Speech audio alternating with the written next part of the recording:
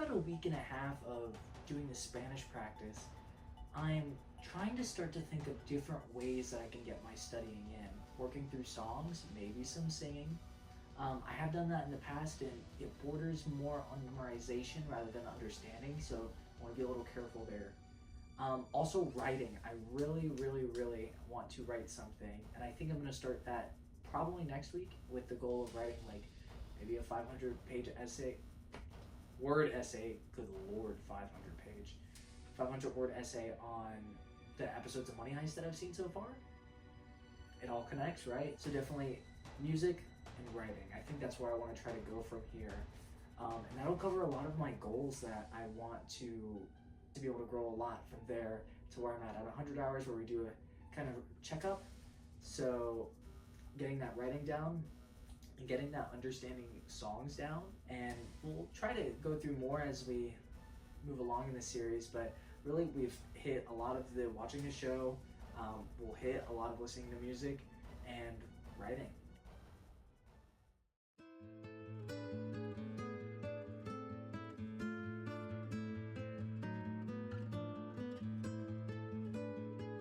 Once again, I pretty much blasted through this Anki card deck, and the process that I've developed over the past week and a half has basically been to go through the entire deck, gather any questions that I've had during the study session and after the study session, plug those in the chat, and then ask it to make more Anki cards.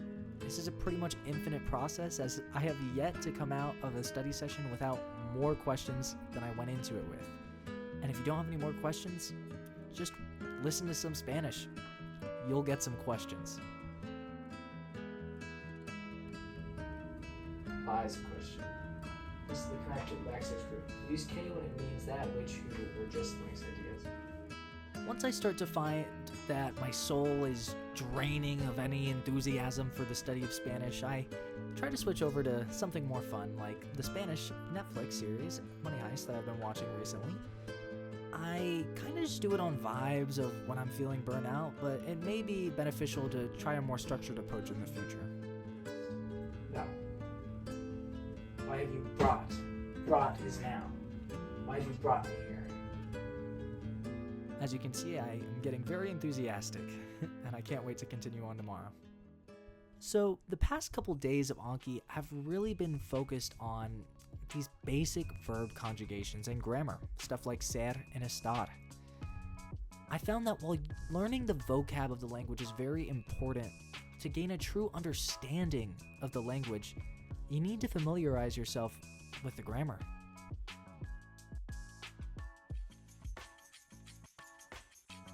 Affirmative to command of decir. Ooh, say, tell.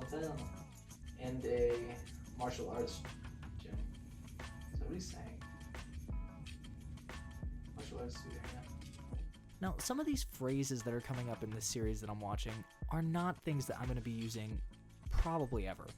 And so I try not to get hung up on the more complicated or niche stuff, like what dojo is. Sueño.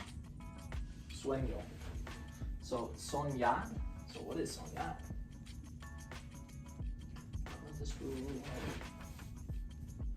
So soñar is a command form. Oh, okay. Oh, and it's also vosotros, which is what I haven't seen before. The more I practice and the more I understand, the more I know I don't understand, and the more I realize how important it is to just be kind to yourself. Just keep going. Don't let anything stop you. So what you're seeing here is me actually streaming for the first time ever. Tried to get some of my study session in live. Como va vestida? So, como. How. Va. Vestida is dressed. So how, dressed. And then we gotta figure out the filler, so va. I definitely had a lot of fun streaming, and I think you can learn something from this, and that you should just try to mix up your study routine. Don't be static.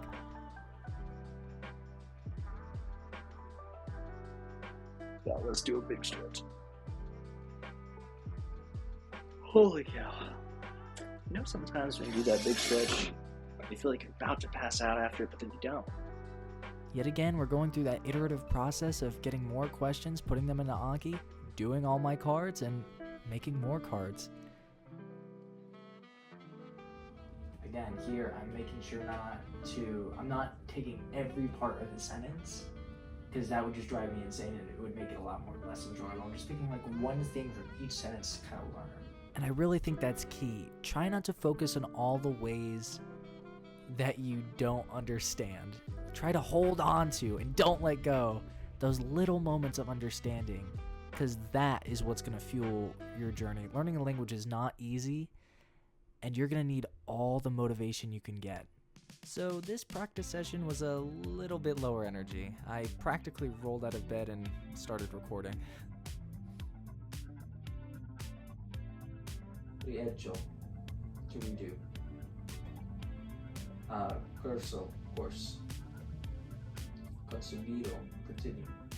I will say that while my energy was lower, that feeling of having your practice done at the very beginning of the day and not having to worry about fitting in an hour or however long you practice in to the rest of your busy schedule, it does take a pressure off.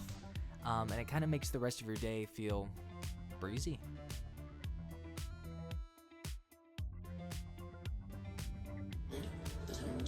Muchas otras cosas.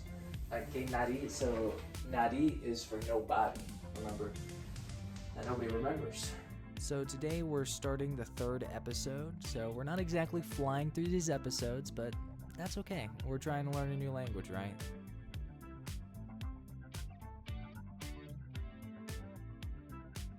I ask, please, that they are not shy. I'm gonna be honest, by the last couple minutes of this practice session, all I was thinking about was what I was gonna eat for breakfast. And that's what I did, right after I turned off the camera. Today I want to talk about how we can prioritize things that aren't directly applicable to our dreams of becoming a physician, getting into med school, or just getting into healthcare in general. I know it's hard, and just using myself as an example, I have a 10-hour BA shift today, but I found that I can get 30 minutes of studying in before my shift and find 30 minutes of studying time sometime during that shift, as I'm lucky enough to have a job where I can do a bit of studying.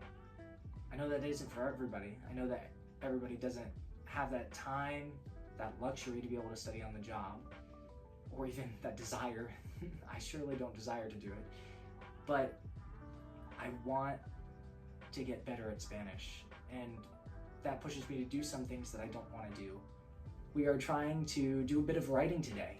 So as I said before, I'm in a BA van for 10 hours during the day, and while I'm able to squeeze in some time to study, it's really helpful to write things down, as it's like having a conversation with someone who's not there. So you don't need that person to talk back to you, and you can still practice your conversation skills. So let's talk for a minute about dreams. Why am I doing this? Well, me specifically, kind of my whole life, I'm Puerto Rican, and I felt like I haven't really been able to identify with my Puerto Rican heritage. And one of those reasons is that I just don't know the language. And so that's been a big sticking point in my life of never really feeling like I can really call myself Hispanic. That's one big reason why I wanted to learn Spanish, and I've been trying to for so long. I'm sure a lot of people can relate to that. We're getting into a more and more diverse society, and every day more of what makes us unique is lost. And I'm trying to hold on to the things that made my family unique. Second is that obviously I don't want to become a doctor. That's a big part of this channel, and in doing that, I want to be able to serve everybody as best as I possibly can. And I feel like I can't do that, especially not where I live, without understanding the native language of the people that I'm serving. And that's why I feel this need, this like that I have to.